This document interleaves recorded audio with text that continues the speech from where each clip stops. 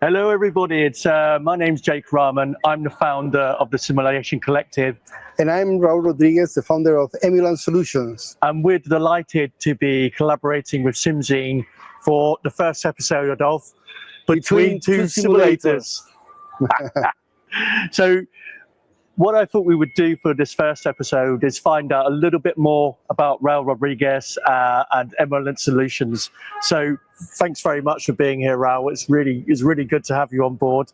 Raul and I have worked together quite a lot recently. So Raul, I just want you to give me some sort of context on your career and how you ended up in healthcare simulation and making Emulant overlays. Well, I started several years ago working on the film industry. My first film was Terminator 3 in California. I'm originally an electronic engineer. Then I got interested in how to put the skins over my robot, the robot that I was doing on. So I studied makeup in order to learn how to do it. And then one thing took to another one, and I finished working on film. Then I moved to London, where I was working on digital effects, making robots for the digital, mixing digital with real live film. And then after that, I moved to Rome, where I was working as a product designer. So the idea was I always was a problem solver, and after a while, I found, the simulation world by case, Yep. With a collaboration with an hospital in Spain. And actually that opened my eyes. I say, okay, I can solve problems, and I'm a special effects technician, and I can solve problems in the healthcare industry. I can help people to learn better. So basically what I'm doing here with this overlays is I am a prop maker. So I do tools so can improve the simulation world. And Wow. that's how I'm here. Yeah, I mean, it's a real jump from sort of going from movies, from Terminator 3. I've got to ask, what famous people have you met? Well, all of them in the films I work. I was over there where I met Arnold Schwarzenegger, and other people that were working. We were doing fake bodies at the time. Then, for example, several years later, I worked for the film Gravity, where I made the camera support that work on the film. I was working with George Clooney, Sandra Bullock. I was working a weekend with Keanu Reeves because we were doing some testing. Yeah. Always doing a new technology, something that was, when they needed something, they called me, and I was able to provide.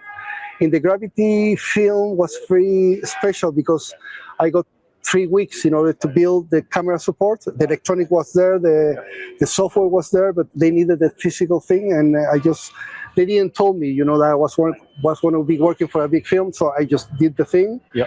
And then they asked me to be the camera operator, like the operator of the motion control. And so that's how I finished. I ended up working with in the whole film for like 6 months. So I mean, this is really important for people to understand, because people from special effects do move over into healthcare simulation. It's been done before, but could you give us like an indication of what you need to understand and what you needed to learn for special effects? Because these are overlays, these are skin, these are latex, a silicone, sorry. Mm-hmm.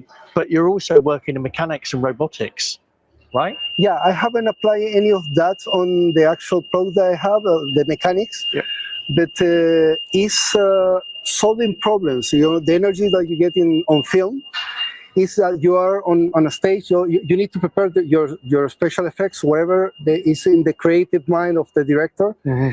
And then you need to make a solution. You need to make it happen from the creativity of someone. You need to do something that is going to be shown. Yeah. And has to work.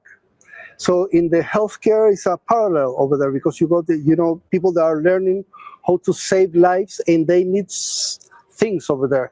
And the simulation work for me is really exciting, because every day you need new things. There are new challenges over there and need to be solved, and quickly. Yeah. So I see these overlays or anything that I'm doing in the future as as a solution to problems that are over there. So, I mean, as well, I think people like you can be an inspiration for simulation technicians. Simulation technicians are solving problems. I like the word simulation technicians a lot because it's the parallel between simulation technician is a special effects technician. And what we do is we prepare a scenario for something to happen and has to work in the right way. I also feel very close to the simulation technician because, as I told you, originally I'm an electronic engineer. I know how to do software. Simulation technicians need to know a lot of different things, you know, like since placement of the cameras, sound, the whole thing, the software. You got also the simulators in itself. Prepare the scenarios from geek stuff, you know, in computers to blood things all over you. And yeah, at the end, it's not about what technique you are using, it's how to arrive to a place, you know, and your place is how to prepare people to save lives. So it's a no-brainer for me, you know, being in the simulation industry. Brilliant. So, I mean, so the first things that you produce for the simulation industry are these characters behind us, the Emulant Solutions overlays. What inspired you to create these ones in particular, or this particular solution? Well, that was a request from a friend of mine, a doctor in the hospital in Alicante, Jose Navarro, and they were starting like a simulation place in the Hospital General of Alicante.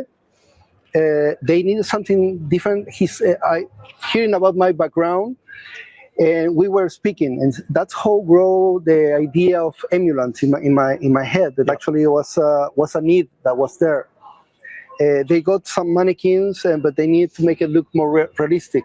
And also there was the challenge because all the mannequins that they had represent like youth people, like very healthy, and that is not the normal thing that happens in hospital. You know, people that are going to walk over there. So how can we provide something that is going to be a challenge, an add to the simulation that they got, so they can be prepared for the worst case scenarios, and that's how we start doing like obese people, because it's harder to read, you know, harder to get pulses, harder to do basic obs on people of certain size, for instance. And also as well, I think it's really important to point out that in ICU, the average age for a man going into ICU, intensive care, is 61, and for women it's 62.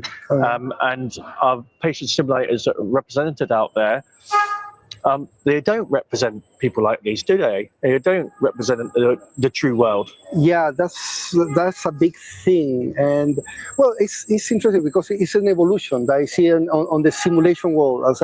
It's really nice what has been done up to now, and the future is incredible for me. You know, when I saw the simulation world, I said there's so much path on the future, where things are evolving. How can we prepare better? You know, how we can provide better tools for people to learn. And these things, for example, there are so many different brands on the market right now that they provide really nice solutions. And this thing is an add-on that goes on those ones. You got a very expensive ones or more money-saving ones, and the idea is you can use these ones in any of those. So these are made individually for each type of simulator, each brand? No. Actually, this work on most simulators, and by the next year, there are some ones that I'm not covering right now, and they are going to be included. But these ones, let's say, work in the 90% of the mannequins that are on the market, tested. And the idea is the more important part is you have technology on these simulators, and you want to use all that technology. So the idea of this overlays goes on top of them, and you can use all the features that come with the mannequins. Yep. So you can hear sound, you can touch pulse, it feels different because actually it's different to touch a pulse in someone that has a bigger neck, for example. Yeah. But still, this is proof to work like you are using on a regular person, like a person that is bigger than usual. Yeah, yeah. Well, actually, that's a big thing. Bigger than usual, no, because actually the norm is like most of the people normally are bigger, and depending on the country that you are. So actually, normal is this. It's not normal having someone that is thin and healthy, and yeah. Especially when you bring them into hospital. And I would encourage people out there as well to look at the different demographics of society with regard to the size, with regard to BMI. It is different across the world. We know in the US it's quite high. We know in other parts of the world that they have high BMIs. So it's really, really important to have that represented within healthcare education. On top of this, so give us the dream of where Emulant's going, and where you would like your companies to go, and solutions you would like to make and do. Well, the nice thing is I'm working with simulation technicians, and every day I get new requests or maybe things that could work better. Things are not already in the market, or maybe you have a simulator that doesn't have all the technology that maybe, or you don't have the money in order to buy like the very expensive things. So, and you need to improve the solutions that you got on your simulation center. So that is where it comes handy, the Emulant as a solution on your office. Yeah, yeah. And also as well, just to let you know that Raul is also working his way around Europe and around the world, helping out with moulage courses. You're really happy to teach, aren't you? Yeah. What I say, like in general, like I'm open. I don't have secrets. You want to learn how to do the things, I can show you how. Probably it's going to be a lot cheaper just buy one of these. That this was born as a collaboration with, as I told you, with an hospital, but that was a very expensive one because I have to the school do the molds and then the positive and see what works or not. Now these are proof that work, and that is nice. And another part is like these are completely customizable. Is the word that you use in English? Consumable, you mean? Consumable? No, because you can customize them. Customizable, right? Okay, yeah. Sorry for my English. Yeah, no problem. And the thing is, that's the idea, though. So you need to put holes or put any different features. It's not a problem. Yeah. So I like to teach people how to do it. And also you can do it also in actors and also in mannequins or in these overlays.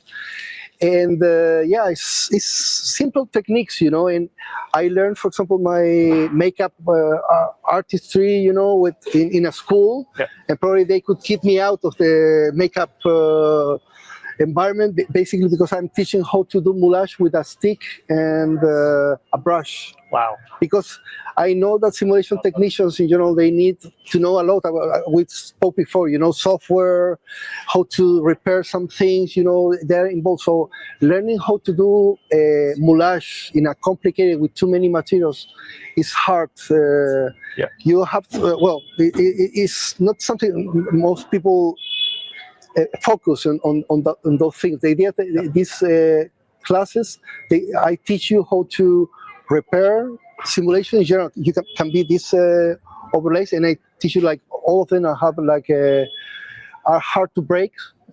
Also, they have like a web inside of the silicone.